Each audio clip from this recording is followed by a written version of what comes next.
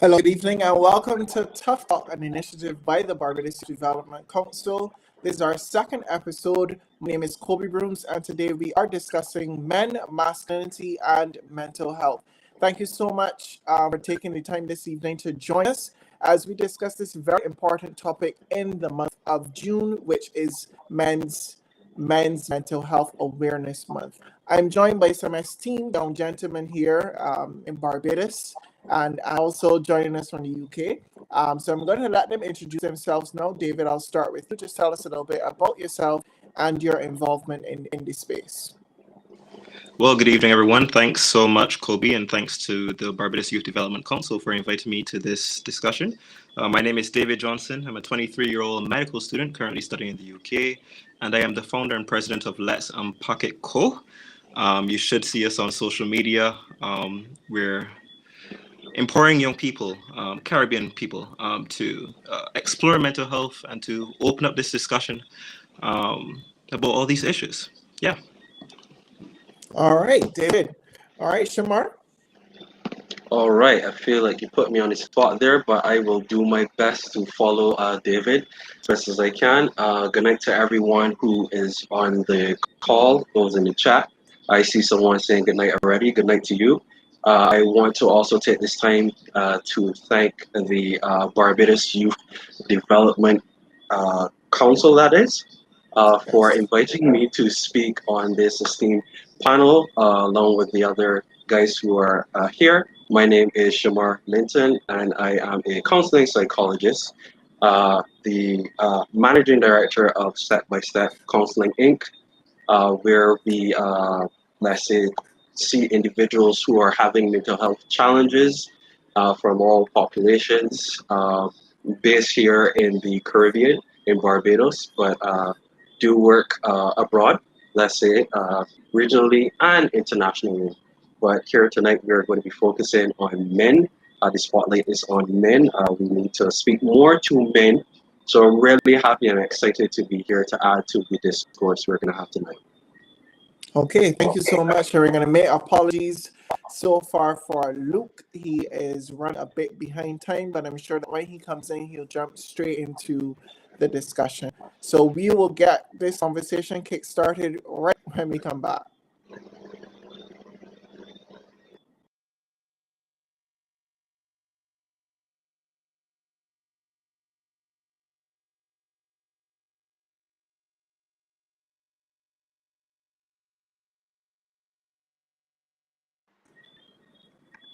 All right, gentlemen, we are back. I am reading a statistic here from the National Organization of Men. This is in the US, and it says in the US, the male population is 151 million men, and 6 million men are affected by depression a year. And it gives the statistics: 1 in 5 males experience a mental health problem each year, and serious mental health illness cost America $193.2 billion in lost earnings a year.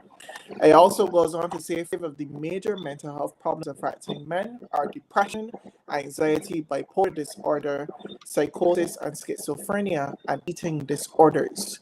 Well, that is a statistic from the United States. But I want to get from you guys, what is your experience here in Barbados and across the Caribbean? And does that statistic in the United States reflect what is our reality in the Caribbean? Shamar, starting with you. How did I know you would start with me? But in terms of the statistics, as I was hearing you call out the statistics to us here, I couldn't help but think that we need, first of all, we need to do a little bit more research in the region, in the Caribbean, so that we would not have to have or depend on statistics coming from, let's say, North America or across the pond from there for us to have these conversations. Because although you can pull out some similarities in what we have to deal with here in terms of clients and individuals who are dealing with mental health issues from the male population, I don't think it directly reflects exactly what it is that we are dealing with here, and then the context of which these things are operating in. So based on the fact that we don't have them and we have to depend on these statistics, we will utilize them because we don't have anything else to utilize at this point. So you mentioned depression, you mentioned psychosis, you mentioned eating disorders, you also mentioned bipolar. These are things that, yes, we would find in our male population here in Barbados, and as you said, in the region as well. These things can be generated for a number of reasons, and our males as we are dealing with them. But what I would bring to the conversation at this point in time is the lack of seeking attention or seeking help for these things, which cause these, uh, let's say, because all of them are not, let's say, disorders. All the things that the men are dealing with are not mental illnesses in terms of disorders. They may be mental health challenges because there is a difference between mental illness and mental ill health, right? So I just want to establish that at the forefront before we start making our men think, oh, something is wrong with me because I'm having a situation where they're having mental ill health rather than a mental health illness or disorder, right? And the challenges that these males are faced with is that they are not having outlets to, let's say, talk to individuals or feel free to express themselves. So they tend to suffer in the silence, right? And when they are suffering in silence and not, let's say, getting assistance at the point where something can be done to assist them and to help them through it, it tends to, let's say, rack up a sense of mileage, right? Rack up that sense of mileage, and it goes untreated for long periods of time, and then it develops into these issues that they may be dealing with, and so on. So then you are finding individuals, they have bipolar 1 or they have bipolar 2 or depression. Depression is a major one. Depression is a major one. One that kind of fits well with how males operate in terms of the isolation, because it tends to be debilitative in that isolation type of situation where you withdraw, you're not getting assistance, help, support system, or anything like that. And then you're finding yourself, in a sense, cornered, and you're not sure of what to do, how to handle it, what is the first step to getting assistance. So that is happening. If it goes into, let's say, bipolar, they're having bipolar 1 because they had like at least one episode, one major episode or something like that. Hiding. We tend to hide these types of situations. I don't want anybody to know anything about this or anything about that, right? And men tend to shy away from it. I mean, women as well, because we all know there's still a certain amount of stigma that may exist with mental health challenges and with mental health disorders. So people tend to shy away. What are the causes? Because I know people want to know what are the causes. Because we're talking about how people retreat to them, but what are the causes? There are several different causes. I would be generic at this point in time because I don't have a specific case, let's say, to say, oh, well, this is actually what caused this to happen. Mhm. But in terms of, you see that thing called stress, and not too long ago, I was talking to a group. I was doing some work with a group of individuals, and I was talking about stress. And stress um, can be such a comorbid type of situation that we don't recognize the triggers and what it can lead to. When people say, hey, I had a breakdown, or I feel like I'm struggling, or something like that, because of the prolonged stress that they're putting themselves under. In terms of stress can be utilized for good things in short doses, but then with that prolonged period, then we may have the onset of some of these challenges that we are faced with. But I don't want to hog the space too much longer. I want David to get in a word here and whatnot so that the discussion can keep going. Definitely. And Yeah, thanks for that. before David comes in, I just want to encourage those on Twitter and YouTube to utilize the comment section and to hashtag their thoughts to hashtag men mental health 246. So that's capital MENTAL health 246. David, over to you. Yeah, I do want to echo some of the sentiments that Shamar would have offered. At the offset, when you asked the question, I did have the same idea as Shamar, in that it's quite a sad situation that we have to rely on statistics from abroad.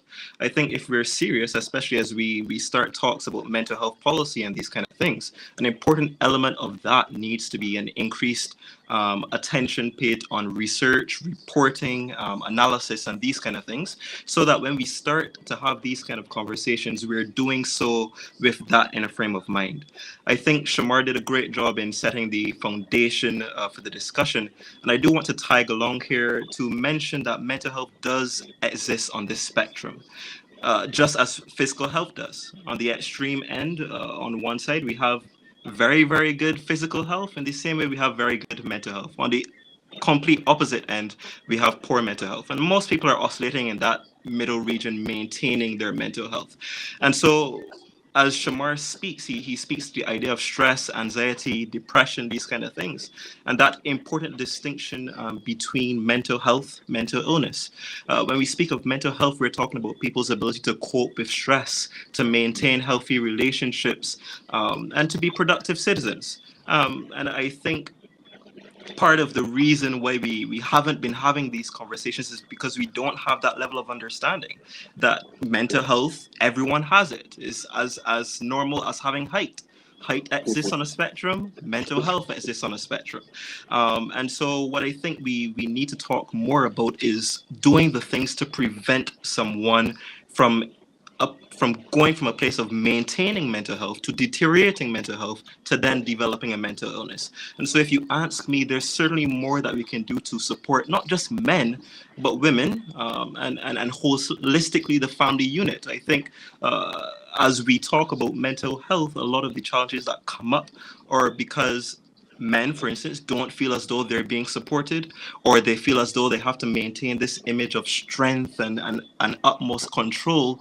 And so this then results in things that Shamar is speaking about, in men not reaching out for help, men not seeking help, or men feeling as if they have to carry those burdens alone. And so I think we need to do a better job as a society to support men, but in a broader sense, make mental health a priority for all. Definitely, David, and you kind of hinted at the next point that I was going at, in terms of the other part of the caption where it says men, masculinity, and mental health. One of these stereotypes that we see prevailing, some organizations such as yourself and Shamar, the work that you've been doing has been trying to combat that. But it is seen that a man is supposed to be this large and light figure, this stereotype of, I'm a man, so I'm a man means I'm supposed to be strong, nothing is supposed to bother me. How does that kind of, and I don't want to call it toxic masculinity, but how does that type of stereotype for masculinity affect um, men's realization or actualization that they may need to seek out some assistance? Shamar? Okay. As I was listening to David, that did come to mind also. That other part of the heading that we have here tonight, which is masculinity and what it really means, because it's something that is constantly used, and now we have formatted, we have added on another layer, and we have now started calling it toxic masculinity. That has been a buzzword for a couple of years, right? We have been utilizing that. But in terms of masculinity, this is something that because in in this area we talk about modeling behavior and individuals being able to model behavior. We will talk about it in terms of with children and parents, and telling parents, you are modeling the behavior for your child. They will follow suit. They will follow patterns of behavior based on how you carry yourself and so on. You will see that. We see it every day, how people will pick up traits. And it goes beyond that. We will model behavior of those people that we look up to within our society. So it doesn't have to be someone who is in close contact with you, or somebody that is, let's say, within your home.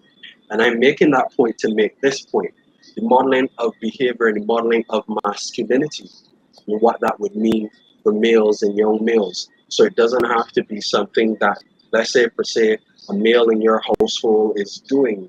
But we have defined what masculinity is, and you alluded to some of the parts of the definition where is this tough, and I should say tough exterior. It's a very visual type of thing, a tough exterior. Sometimes it doesn't have to be tangible that you can touch it, but it is visually that way that you can see the mannerisms, how a person behaves. It is very tough, oriented. Um, and the reason why I painted it as that in terms of exterior, because within there are parts of men, the makeup of a man that are quite similar, and it might be controversial, but I will say it nonetheless, that are quite similar to a woman, because at the basic um, point, he's a human being as well. So a woman is a human being, a man is a human being. So there are characteristics that are just designated for human beings. So it's kind of like, let's say, we utilize also something, a feelings chart, where you can see a chart of different feelings and so on, and people get acquainted with it to be able to express themselves well by seeing the word and be able to focus in, hey, this is what I'm feeling. It's almost like having that chart and cutting it. I wouldn't even say in half, but cutting it down to the point and telling the mind, hey, see these feelings here, these are yours. You get to feel these here. For the women, they get the whole thing.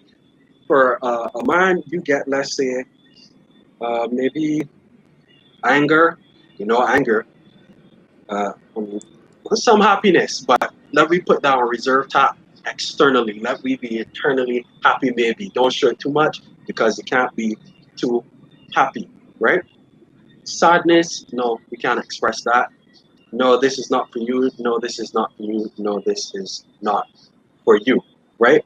And we don't size the chart for men and hand them and go like, this is yours. But what happens is that we say that, but then you respond differently. So then you start to numb yourself because initially that's not how you are built to respond when things are happening. But you're taught over time, these are your automated responses and you need to have them in place, which is a form of masculinity, right? We say that that is what it means to be a man, being able, and the thing is, when I say anger, it's funny because anger is a feeling, but we're taught not to feel. But then anger is a feeling, but it's not considered emotional if a man gets angry and maybe has an outburst.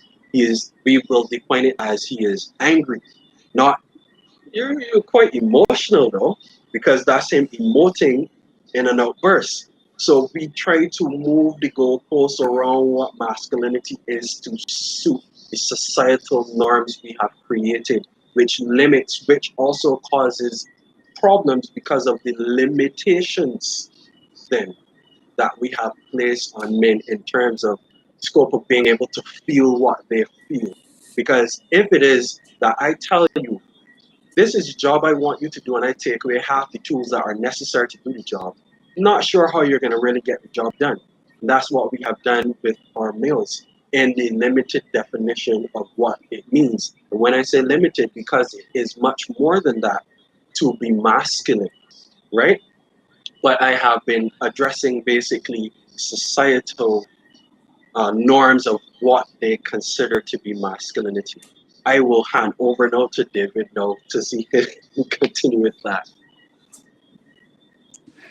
Yeah, I definitely tend to agree, Shamar, with the entirety of what you've presented, and I think to wrap it up nicely, the agenda of a human being, the agenda of a man in the modern day society is to fit in. That's exactly it. And so when we have that these are the behaviors that we're being taught, and that these taught behaviors become learned, and these learned behaviors become reinforced, then this is what we're left with. And so on the one hand of the spectrum, you're telling men this is what they should be and should not be, but then equally you're telling them that this is unacceptable. And I think that's a challenge. I think that we have to realize as well We can't just snap our fingers and expect things to change. A lot of the things that are now deemed unacceptable are things that a couple years ago, and I'm talking just 1 or 2 generations ago, Mm-hmm. short enough that it could have been passed down in terms of behavior, were deemed acceptable. And so when we talk about things like the man being the head of the household and these traditional gender roles, and all that comes with, the man is supposed to be stoic. He's not supposed to display emotion. He's not Yes. supposed to make rash decisions and these kind of things. There's no balance. And so, of course, going back to the original question here, Kobe, the idea of identity becomes part of the issue and part of the dynamic then, and this is where mental health gets drawn in as well, because if I am at a battle with myself about who I am versus who the society wants to be, then Mm-hmm. how can I function when Yeah. I leave my workspace or I leave school and I come home? I have to literally peel off that facade that Shamar is talking about and deal with those issues in an environment that I find safe. And so what we need to do, I think, is to create more safe spaces for men to be who they are fundamentally and not who we are forcing them to be. And part of that discussion must be to be at one with your emotions. It is okay to feel these emotions. Yes, you are responsible for your response. You're responsible for the way that you exhibit these emotions and the impact that it may have on another. But to force a man, unlike a woman in most instances, to confine a part of himself for the Mm-hmm. sake of maintaining this image of supposed masculinity, I think is part of the issue that prevents men from realizing very good mental health. Oh, and you know what? We are going to unpack what you said, Shamar and David, just a bit more. Memory is also making a comment, but my producer is telling me that we're going to have a short break to do a youth showcase of somebody, niece who has been topping the charts now. In terms of her new soca song, so we just want to give that youth like spotlight, and then we're gonna unpack what you guys just said because you made a very interesting point. So we're gonna take a quick break to listen to Property by Renice, and then we're gonna come right back in to unpack masculinity and its effect on men and their mental health.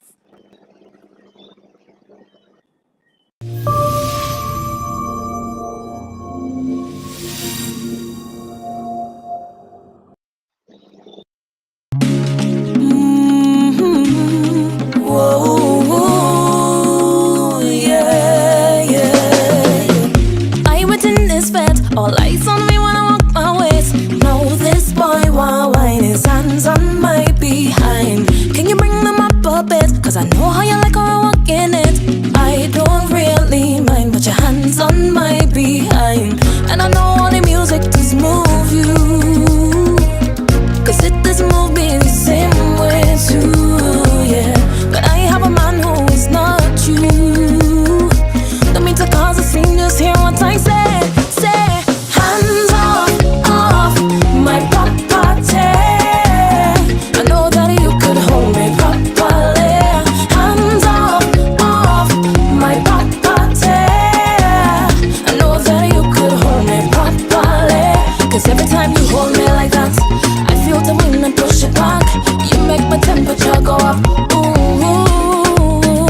every time you hold me like that, I feel the wind and push it back. You make my temperature go up. Ooh, yeah.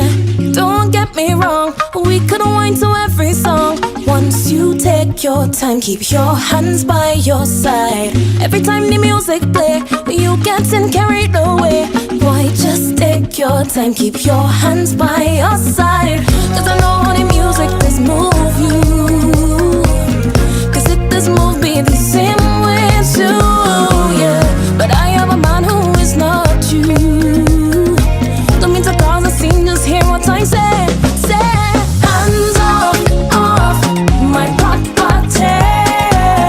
I know that you can hold me properly. Hands off my property. I know that you can hold me properly. Cause every time you hold me like that, I feel the wind and push it back. You make my temperature go up. Ooh, every time you hold me like that, I feel the wind and push it back. You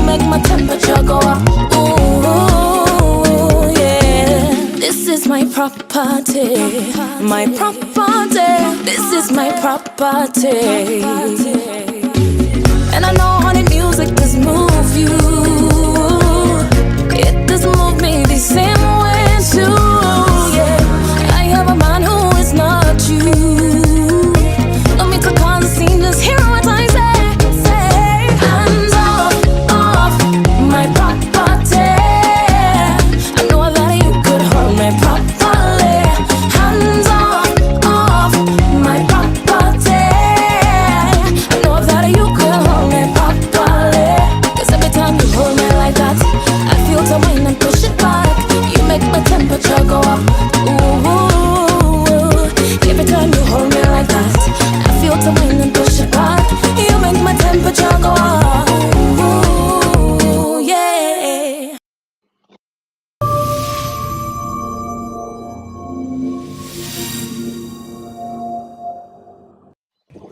Hands off! Off! That song is sweet for days. Sweet property. Welcome back, guys, to Tough Talk, production by the Barbados Youth Development Council. We are discussing men, masculinity, and mental health. And just before our song break, we're just unpacking the issue of toxic masculinity, and we are now, and I say toxic with Coach Shamar, and we're now going to get into how that affects mental health. But before we went off, Limarie made a comment, which I'm going to read now. Society's idea of masculinity and what is a quote real man is supposed to be usually, supposes and usually places unrealistic approach to masculinity, which can lead to toxic patterns. So, gentlemen, and also those of you who are watching, we want you to contribute to this conversation by using the hashtag, which will come up on the screen shortly. Hashtag mental health 246. That's capital MEN in mental health 246. David, I'm going to come back to you now. In terms of this whole idea of masculinity and toxic masculinity and these types of traits happen based on what is society's expectation of men, how does this affect in terms of expression and that effect that it will have on mental health? Yeah, definitely. I think the idea was pushing just before we went to break was this idea of identity. I think men not being able to ratify in their heads, okay, who am I? How am I going to present myself to society? How do I limit that expression? Because that's something that we're forced to do. Do I limit my expression to fit into this bubble, or do I stand out and then not be accepted? I think that's a thing that most men have to deal with. I think also the idea of strength as well. It's tiring, it's exhausting, and I think a lot of us can relate to this. Is when you're going through something, this feeling that you need assistance, but the first thing that you're thinking about is how everybody else is going to view you, whether or not you will be a disappointment to your family. And then of course this plays into the whole issue of mental health being a taboo subject as well. Men are not supposed to deal with mental illness. Men are not supposed to deal with mental health challenges. Tough it out, man up, and deal with it. That is what we're told. And so trying to fit into this identity, trying to fit into what society's expectation of us is, I think in itself is a stressor, is itself is a trigger, and is itself leading to deteriorating mental health amongst men. But I think beyond that as well is the issue that men don't feel safe enough to express themselves, and I dare to say that it will take a generational shift. It will take us redefining some of these things. It will take us pushing this narrative over and over that it's okay to not be okay. There's nothing unique about being a man that says you should not experience this particular thing. You're a human being, fundamentally. You have emotions, you go through stress, you go through anxiety, you go through the trials of life just like anyone else will. And so it's perfectly okay. I think that's the message that we need to send to men. And as a greater society, I keep mentioning this because I realize that this is not something that's unique to men. When I think of mental health, and even as we talk about men's mental health, it demands a collective effort in terms of responding to it. I think yes, of course, it's an individual effort that's required, but we need to have that community of support around the man. We need to have the strategies again at the national level. I think that mental health policy can play a major part in this in terms of educating our men at school, for instance. I think that's an opportune time as young men are developing and learning how to socialize, learning how to interact. That's a time where we can teach them it's perfectly okay to express your emotions. It's perfectly okay to sit with someone and say, you know what, I'm going through something right now and I could use a little assistance. It's perfectly okay to feel and to express the full range of emotions that you're experiencing. And I think if we do hope to make a difference and we do hope to redefine what masculinity represents, what it looks like, then we must be open to having these kinds of conversations, even as young as 5 years old, even when children can communicate and talk about what they're feeling. Yeah. So, Shamar, it sounds like David wants to raise a generation of soft men. Uh, By some standards, what would be your recommendation to persons who may hold the view of all that David has just said and say, he's just talking, he just wants the men to be more feminine and so softies. What would be your conversation to them?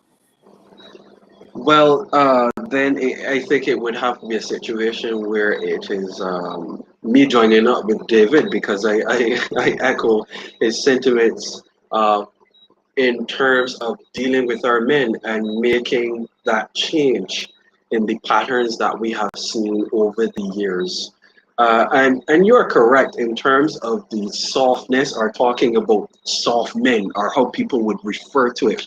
Because as he was talking and he made mention to uh, teaching the younger men in schools, being someone who has worked in a school before and having certain conversations, I could see the young men now before me sometimes going like, no, I don't want to do that, sir. You know, I ain't not soft and so on. But it comes from sometimes where they're coming from too. And when I say coming from, I mean the actual physical location where they're the communities that they're coming out of and how these communities were crafted over time, to respond to certain things as it relates to men. So when we're putting in the work, we're having work being put in on the other side too to kind of counteract what we are trying to do, right? So then there's that imbalance that can take place due to the views, due to how certain men have had to be in order to survive as well. Because we have to be realistic also in that, because in certain areas men have to be a certain way to be able to survive. And that might be physically and mentally as well, because if there are signs of perceived weakness, vulnerability, let's say vulnerability, because weakness, the connotation, we know what that has, but vulnerability, let's utilize that because that's a better word, because it's about being able to be free and expressive and yourself, like David said. So vulnerability. So being vulnerable in that context sometimes has some disturbing, let's say, what is the word I'm using that I'm looking for here to use? Disturbing repercussions, for the lack of a better term to use there.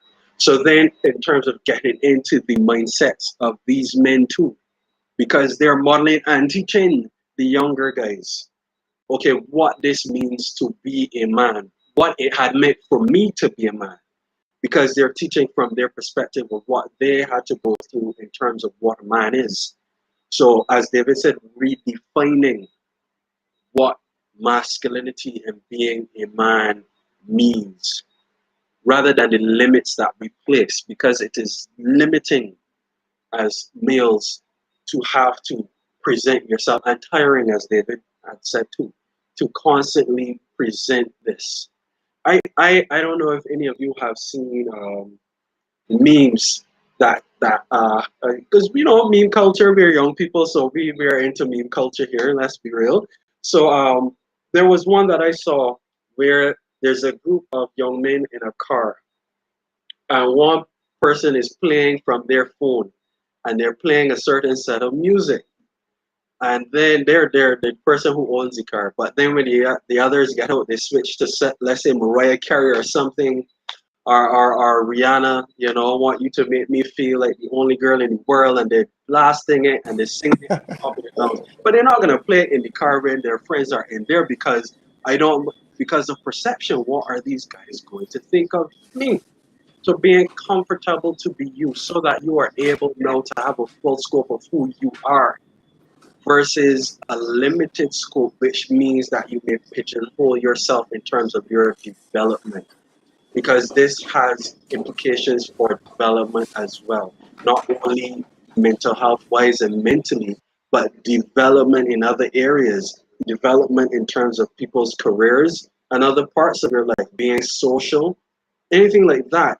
It has implications of how you carry yourself, because there is that layer of protection, the facade that we may put on because we don't want to be perceived. But then that deeper understanding of yourself is stripped away in that process as well. So then we are not willing to go to understand what is the driving force behind these things. So then we become poor communicators. We can't communicate our feelings. We can't talk. Mm-hmm. So then our relationships now are strained, and romantically, Yes. our relationships are strained now as men, because we can't communicate now to our women. Because when we feel something, we may tend to shut down, not for the lack of feeling it, but for the lack of wanting to express what we feel, right? And then not knowing where to start, if to share, what may she think? Will she go and tell her friends? Will this go into their group chat and she can be out there? Please say my name, say that I did this and this happened, and how would I be ever able to face this? And Yep. it takes me back to something, a saying that we had stirring a couple years ago. By a couple, it might be a little while more than a couple. But I remember young people used to say, nobody can dictate my pace. I can do whatever I Man, want that's to so do. old, man. That's so old, man. That's all right, good. But about dictating one's pace, right? Mm. Yeah, if you really think about it, when we really go down to the core of it all, when your pace being dictated because you're looking around to see who think what and who's got what to say, so you're not even handling your own situation, and it is deteriorating because you are so keyed into what somebody may potentially say about you. So is that really dictating your pace? No, because dictating your pace would mean the guys in the car and you singing Rihanna want you to make me feel like I am the only girl in the world. So Mm. being able to redefine for ourselves too what masculinity is, because it will take each individual to do that, right? Yes, the community as well, the community making it feel easier for individuals to do that, because I've seen a community now move mental health to a different level at this point, because I am now hearing people saying, oh, I gotta go therapy, or my therapist said, and I'm not talking about overseas where we use the statistics from, I'm talking about here locally. Here locally, oh, my therapist said. That was not the same thing a couple of years ago.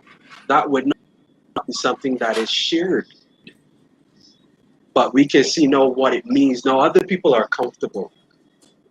Men, some men now are comfortable to express or to go and seek help. So that's what we will need now, for men to go like, yo, I don't really feel good today.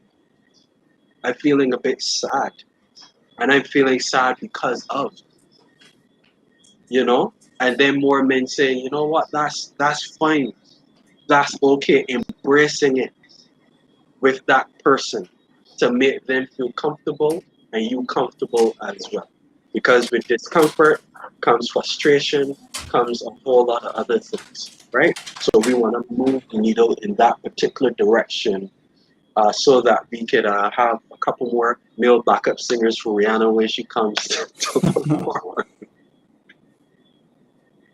I like that point, Shamar, because you hit a lot of salient points in there in terms of, and I want to focus in on the part about how this kind of behavior then influences our relationships, relationships with friends, relationship with partners, relationships with your family, and how that then becomes strained in a sense. I wanted to go back just before we started the show. I was explaining to David, I wasn't sure if you saw it, Shamar. There's this whole new conversation going on now, where this video with this young lady, she and this gentleman have a child together, but she also has some additional children I from did see different it. persons, and essentially the man brought you know one food, and that was the start of a whole discussion. Mm-hmm. We were discussing about, and Nick would not forgive me if I didn't ask this question to the panel, but one of the questions that he has is, what role do women play in men's mental health? David, you want Oh to take my! first crack? I Well, this is one of those questions that it's a can lead to controversy, but nevertheless, I will make my best attempt. I think in a very real sense, relationship is essential. It is critical to mental health and mental well-being. Even as we talk about support system, even as we talk about that freedom to be who you are, to express yourself, and so on. And so I think when relationships get on the rocks, then that is a big opening for things to go haywire. Naturally, then, in romantic relationships, there are a lot of issues that can come up, particularly where there are not sufficient boundaries set, where there's disappointment, where there's guilt, where there's cheating and these kind of complications that come into the relationships. And so, in the particular situation that you were making reference to, what we talked about before this show began was that there's the roles that are at play here. There is the father who is on the outside of that household and his relationship with the children that are at play. His particular child in at the core of that. Then we have the dynamic between that woman and this man.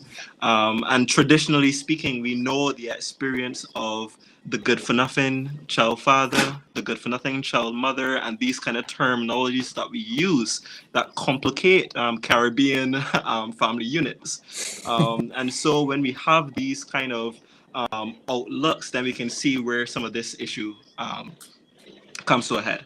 But to the greater question at hand, whether or not a woman plays a role in a man's mental health, absolutely.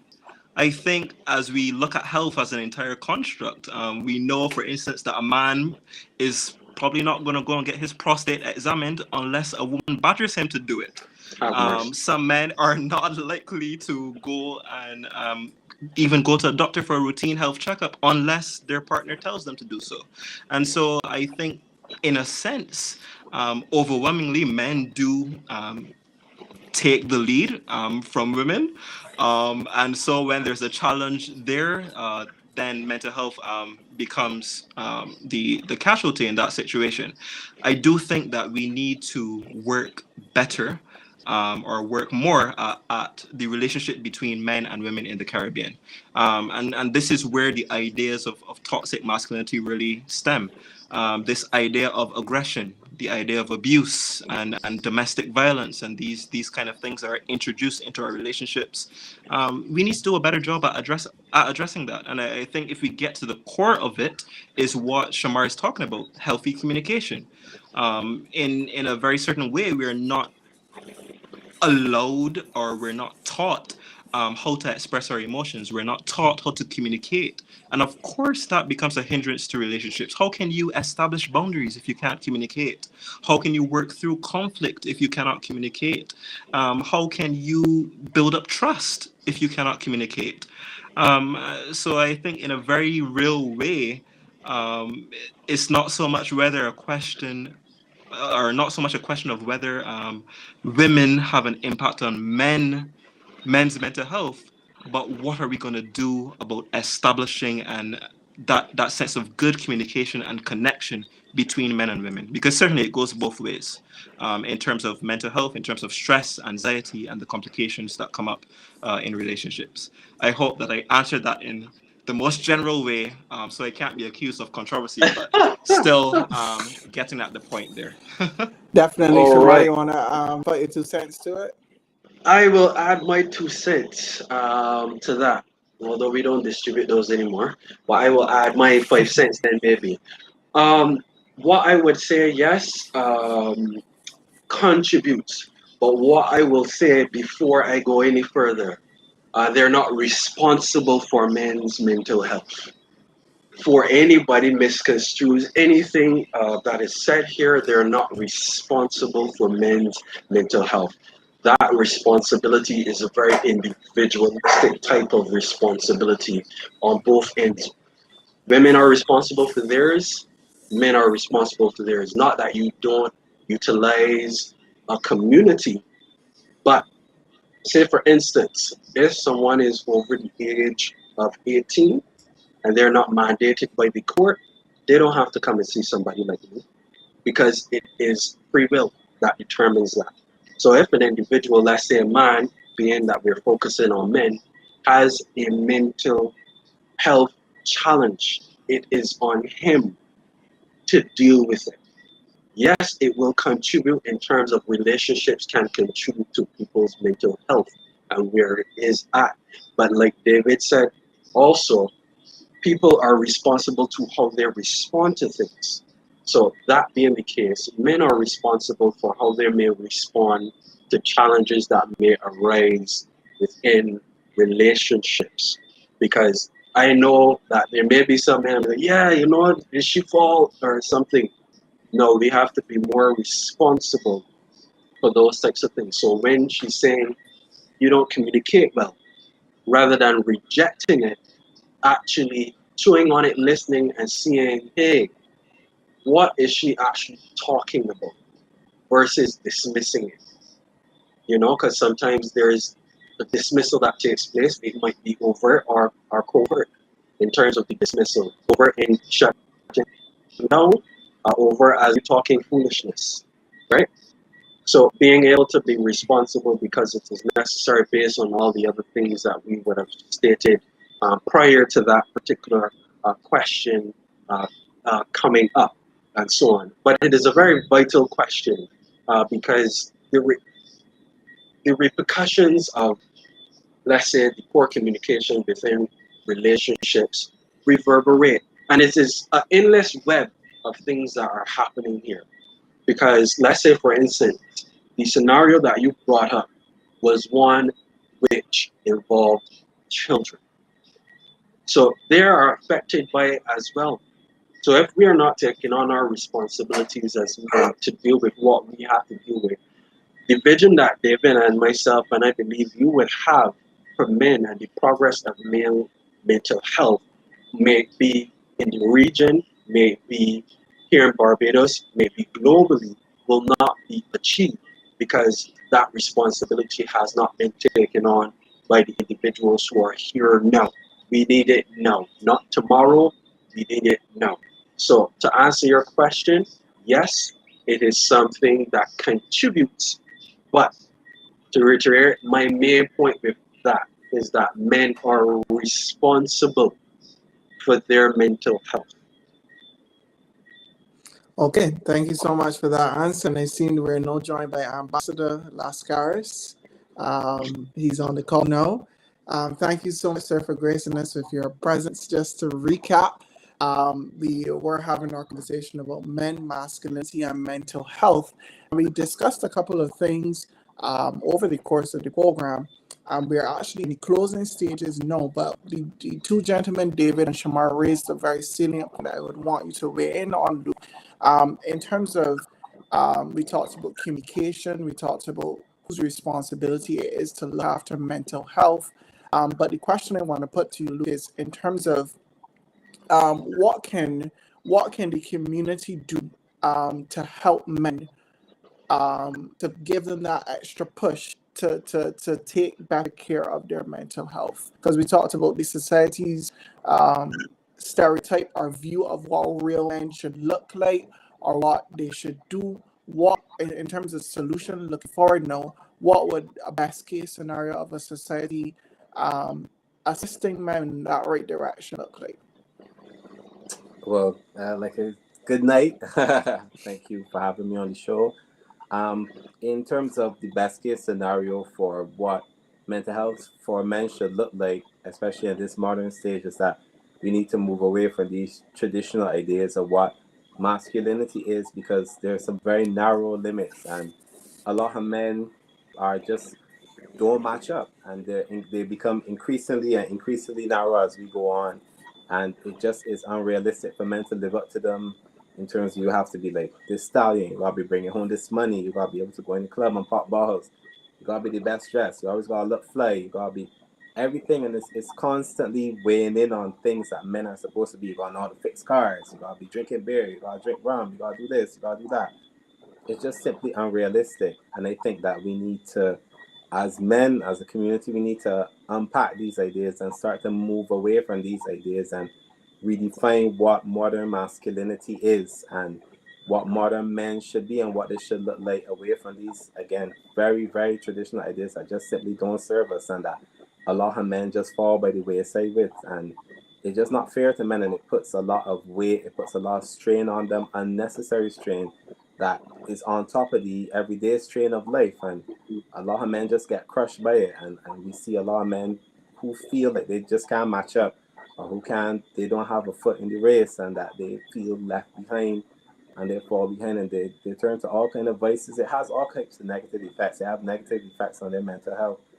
But yeah, like I said, going back to the main point, we need to unpack these ideas, we need to move away from them, and we need to redefine what modern masculinity looks like and what it means to be a man in this modern age, and set the tone going forward. Because it's not just for us. We gotta look at the people who come in behind us, our children, our siblings, our nephews, our just everybody, our grandchildren, and just being able to create a better structure that serves these men of the future in a better way.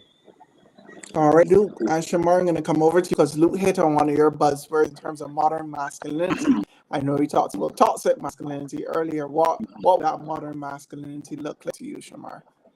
What would that modern masculinity look like? I actually think that Luke kind of answered that in a lot of ways. In terms of, with us moving away from those things, it gives the space now for men to be healthier in a mental way. In terms of, they're able now to express themselves. They're able now to say, I am not okay. They're able now to develop a sense of self that is not, let's say, a carbon copy of this strong.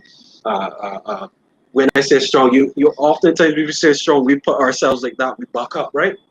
Moving away from that and giving a person space to be that individual and defining who they want to be as a person rather than who others want them to be. I can see the time winding down. I wanted to jump to a question I saw asked. I see Maria had asked another question, but there was another question that was in the chat there that About was mental health policy, and I saw it and it piqued my interest, and I wanted to really get into that before we really get to the wrapping up stage of it, because the individual had asked if it would have an effect on the violence that we see currently taking place in the street, if mental health policy, which we were talking about, would have an impact on that. And I would say yes, it is possible that it would have a major impact. I know that this is not a straightforward thing, as this is nuanced and quite layered and have other things attached to it. But in terms of within the context of the question, I do believe so, because then when we talked about communication and improving communication, improving being able to communicate with yourself first in terms of how you may feel, that can establish being able to communicate to others rather than escalating stuff to violent acts because of lack of communication, because of wanting to posture and show yourself as being strong, because it's linked to strength. Those violent acts, or you did that, I'm going to show you. So I'm going to show you by carrying out this act on you or your family. Being able to regulate one's own emotions, right? So then the accurate response is something that happens versus the response needs to be here and we respond all the way up here, right?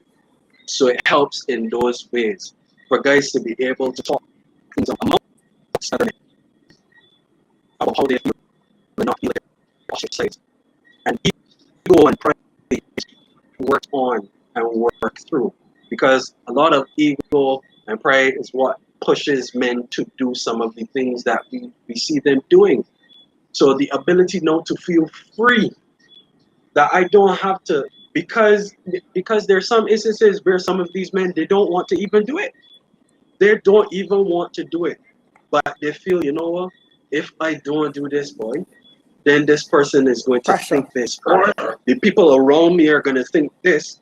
Then my position that I have fought for is now washed away, and different from my guy Father Phyllis, who is be fighting for different reasons.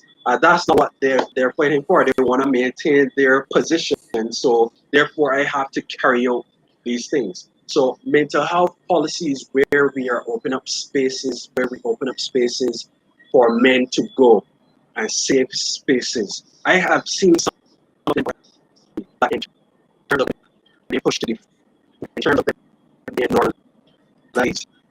That people know what, that's a normal thing to do. That's okay to do. That's okay to do that. That's where we would need to get it, so that individuals now feel comfortable, so that it has an effect that reverberates even into the streets and so on. So I think in terms of answering that particular question, I believe that it would have a major impact on that. David, you want to take a crack at the national policy? Of course I would, Kobe. This is something that Let's Unpack It we're really pushing. And I think what's important at the outset, going back to something that Luke said, is that there's a better way to do things. If we don't fundamentally look at the situation as it exists right now and realize that this is not how it has to be because it's how it's always been, if we don't do that, if we don't come to that reckoning, then we're not going to have any kind of progress on this particular conversation. What I do think that a mental health policy will be able to do, if it is comprehensive in nature, is to give weight to the efforts of advocates, to give weight to the efforts of the psychologists and the psychiatrists and other mental health professionals. It's one thing to come and say, oh, this is what the society should be like. It's another thing to have that kind of momentum and vocative behind it. What I would want to see on this matter, though, is it's not just looking at the issue of crime. There's so many other facets that a mental health policy can address in terms of productivity at its basic sense. There's a lot of talk about the economy right now in Barbados, but I would like to paint the narrative for people that if you don't have a workforce that is healthy, if you don't have a workforce that is well, no matter how much you do in terms of financial policy, it's not going to work. I know and I hear time and time again of employees going to work in an environment that is still based in a plantation era. They don't feel safe at work. They don't feel well at work. And so they need to take time off. But guess what? Mental health sick days are not a thing in our nation as yet. So when we talk about mental health policy, it must be comprehensive. And I commend those in power for doing the things like increasing the number of psychologists and so on at schools and reacting to certain things. But I think we need to move away from a kind of a reactive kind of politics and policy to a more comprehensive approach.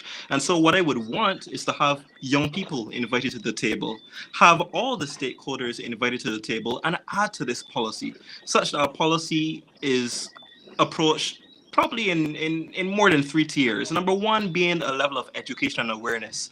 I think there's so much that we can do to address the stigma in terms of even going to the level of statistics that Shamar is talking about, having that research element, then therefore informing a level of education. Beyond that, we need to look at the issues of access.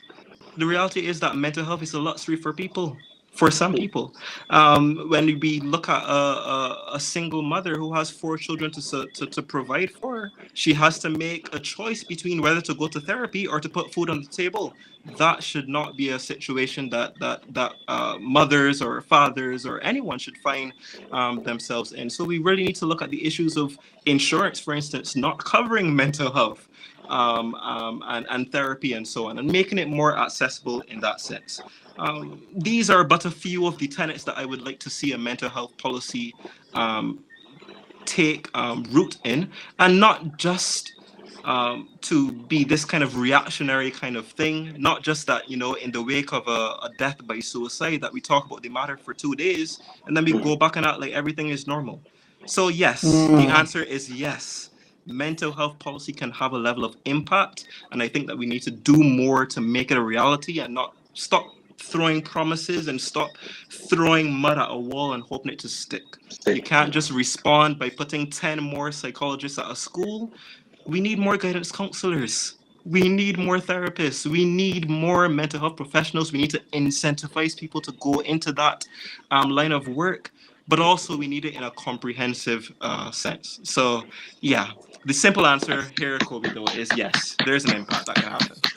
All righty, Mr. Speaker, sir. Luke, You're on anything the to spot. add I on the had to mental think health up. policy?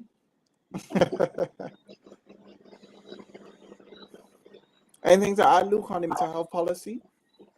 I mean, he's pretty much said everything.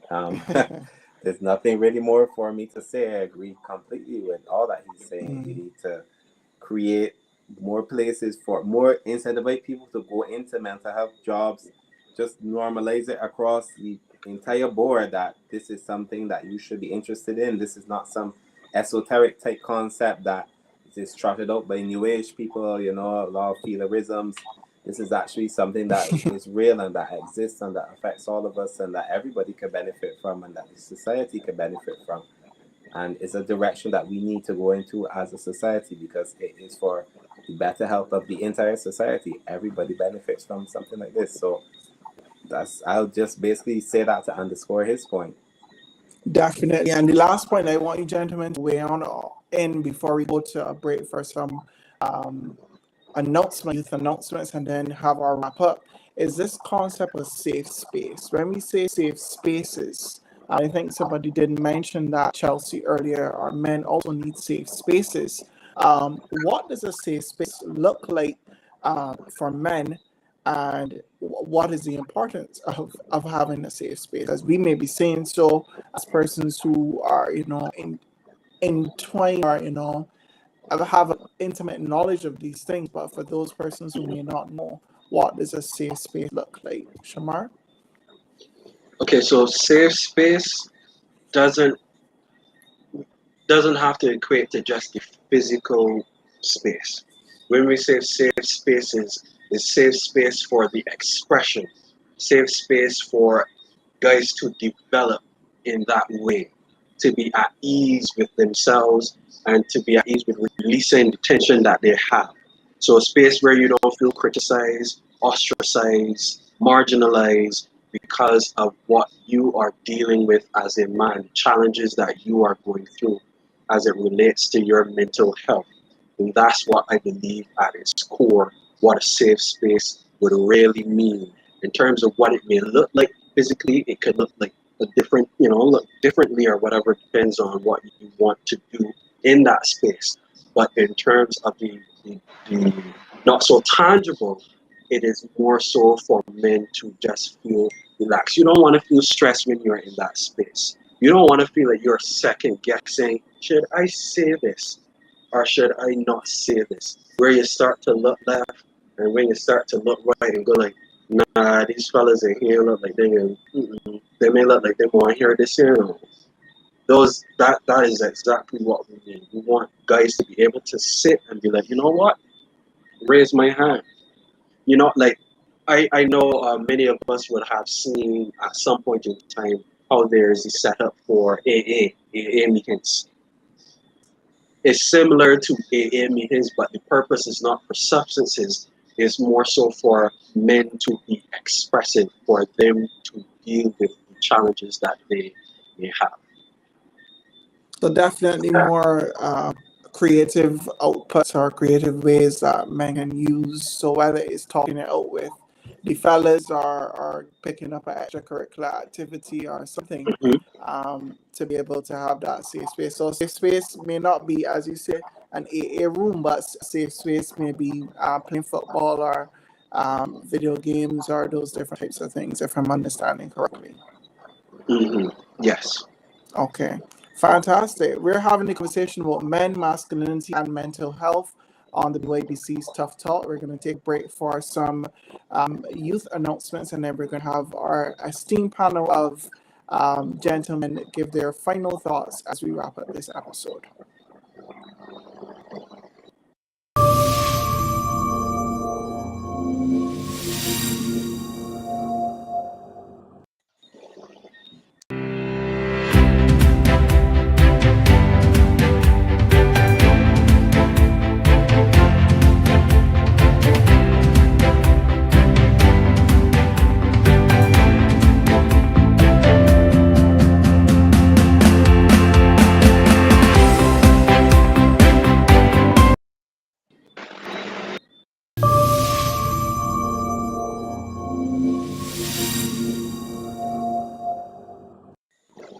All right, we're back with men, masculinity, and mental health. Gentlemen, it has been a very enlightening conversation. We covered a number of topics this evening. I'm just going to give you the opportunity just to give your final thoughts to those persons who are still with us and who are listening on how we can support, if you want to speak directly to the gentlemen, about ways that they can have the avenues of outlets. If you want to speak to those persons who are supporting, this is your time, gentlemen. I'm going to start with David. Then go to Shamar and Luke. I'm still have the last word. So, gentlemen, this is your time now to speak directly to the public. David. Yeah, well, on the offset, I just want to commend the Barbados Youth Development Council for hosting this space. I think this space was the definition of a safe space, where we were free and open to talk about these kind of things. I think what is necessary in this time, especially in this time, at the tail end of a pandemic, at the tail end of the roughest 2 years that most of us have ever experienced, what is required now is to push forward the conversation on mental health. And if it's one thing that I would hope that we take away from this conversation is that things can be different. It doesn't have to be this way. It doesn't have to be that men must struggle in silence. It mustn't be that we only talk about men's mental health in the wake of a disturbing event. I think it's important that we create more safe spaces. We do the necessary work in terms of developing the level of policy that we want to see. We need to do more in terms of awareness. And that means putting out the message. It means having conversations on a one-to-one level. It means awareness campaigns. It means advocacy. But as well, it involves that research component. And I'm harping on that because I think that is going to be the asset that's going to move us forward and allow us to make the changes that we want to see. And so I just want to commend the speakers. I want to thank you again for inviting me and inviting Let's Unpack It into this space. And I do look forward to continuing several more conversations like this in terms of redefining masculinity, in terms of making a real difference and making mental health a priority for all. Thanks. All right, David. Shamar, the floor is yours. All right. I want to echo the similar sentiments as David in terms of thanking Barbados Youth Development Council for putting on this show. It is very important to us as a society and to us as men, because like David said, this is what is also defined as a safe space for men to come on a call and openly discuss what masculinity is and redefining masculinity in our age so that the ones who are coming after us would have an easier time. Because we're used to talking about paving the way for those who are coming next to have an easier way through life. And I believe that through conversations like these, along with the policies that can be created, and I should say that will be created, let me put that out there, um, that we can make a way easier, make the way easier, because when you know better, you do better, right? And this is us knowing better, and this is us doing better, being that change that we want to see as individuals, so that when we go from here, that individuals who are watching this can then turn and have a conversation with their families, with their friends, and continue to spread the word. Because this is a conversation that ought not to be held one time. This is a conversation that should be Definitely. ongoing, as is the conversation of mental health. But this is one that should be pushed to the forefront and should be ongoing because of the benefits that can be reaped based on what we would have discussed here. As David said, the research has to be done. We want to see more local and regional research because our men here need those types of things, that we can understand what is happening within our space rather than relying on the context or for the research to be coming from North America or from the UK, and not having, let's say, statistics that point to what is exactly going on in our communities. Because at this point in time, based on what we are saying or whatnot, is based on what we are seeing, but we want numbers to back it up too, because sometimes for decision makers to make certain decisions, they need to see certain numbers and certain things. So we want to make sure that we have that, so we know exactly what we're tackling and what we're dealing with. But once again, I'm happy, really happy, because I jump at any of these opportunities to come on board and talk about these types of things, because I really do think that the conversation really needs to be had, and continuously being able to strike and strike and strike and strike.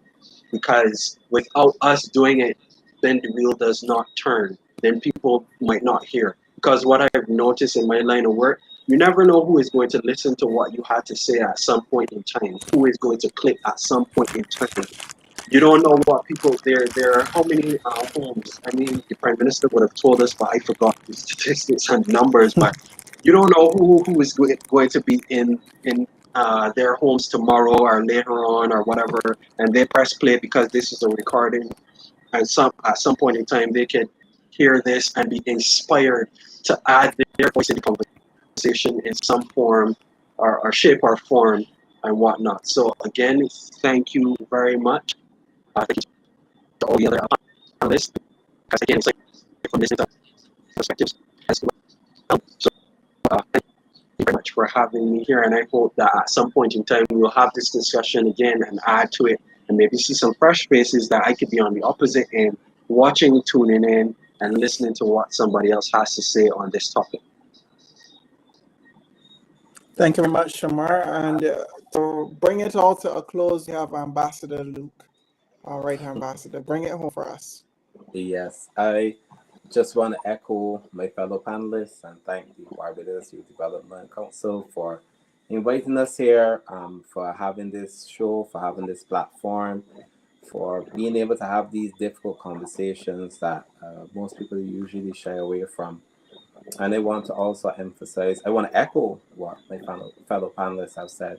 And I also want to emphasize for the people at home that also to mental health and masculinity and the way that men deal with mental health also starts within you and your community. So specifically within safe spaces, and these are spaces within your communities. It doesn't necessarily have to be a safe space that is set up as a safe space, the similar to the way that we would have talked about the AA rooms, but it's just, you know, you and the boys liming, wanna gain out, you know, you somebody playing video games, wanna whatever it could be, like wanna go driving boat, that you create a space that your people feel comfortable, that people feel comfortable to talk to you, that they could come with you with issues, and that they could understand one another, and it's more than just a simple response to cha, you know, that sucks, you know, that bad, but that you could actually be there for your people and provide a real space, a real sense of comfort, a real sense of security, a real sense of brotherhood. And because male friendships too can also be very deep and very real, without having to be equated to homosexuality. You can have a real solid, very, very, very actual friendship that is when you are there for your friends, when you're there for your male friends, you're there for your boys, and that they could come to you in their time of need, or they feel down and they could come and talk to you, and that you can help shoulder the burden and help them move through life. Because just like we said, it's like you don't want to have these conversations only popping up in times of a national crisis, or that somebody's there's been an unfortunate incident with somebody, and then we are saying, oh, men, mental health, blah blah blah, and then that conversation lasts for 2-3 days, and then we go back to normal. It needs to be a shift in the status quo, and the shift that we approach these problems, and a shift fundamentally with us as men within our own small communities, not necessarily at a national level. I think it begins with us, and that we need to look at ourselves too, and look at how we perpetuate harmful ideologies and harmful stereotypes, and be more cognizant of the way that our words of others, not just others who may hear it in passing on social media, people who are in our communities, who are our friends group, people we line with, people we chill with, we go and party with, that we must be cognizant of the way that our words affect them and the silent battles that they face. And so again, it starts with us, and then it will spread then to a national level. But we too, all men, must play their part within wherever they are, whatever block you're living on, whatever people you're hanging out with, wherever it is, that you talk to your people and you're there for your people, and you just are a real friend, Bring up your real friend, then bring up your linky, you gotta be there for them. So that's what part of being a friend is, that you provide a safe space for them. So that, in closing, as the final say, I just want to thank everybody for coming out. And I hope to see more of these talks, more of these tough talks, more of these difficult conversations, and normalize it and naturalize it, so that people don't see it as a one-off thing. People don't see it as something very stilted or far away, but that it becomes commonplace to them, and that they identify with it and they engage with it and they interact with it, and that we all learn something from it and we all come away better from it for that. Thank you very much, gentlemen. This was a jam-packed episode. I know there were a lot of gems that you guys dropped over the course of this episode. So I want to thank you for agreeing to come on this show and sharing your thoughts on this particular topic, men, masculinity, and mental health. I also want to thank our viewers who stayed with us over the past hour and 15 minutes. Those of you who are active in the comment section, who are using the hashtag and so on. We really appreciate you for coming on, and we hope that you spread the word about what was said here today. I also want to encourage you to tune into our next episode as we discuss the rising cost of living in Barbados. And I expect that to be a very jam-packed episode. And we're also probably, Nick, going to talk about how we're going to pay back this IMF debt. But we'll leave that for the next conversation of BYDC Tough Talk. That will be episode 3. But once again, gentlemen, thank you so much for coming out this evening. And I want to thank all of you who are watching. Have a good evening, a great evening, a great week. And remember to prioritize your mental health.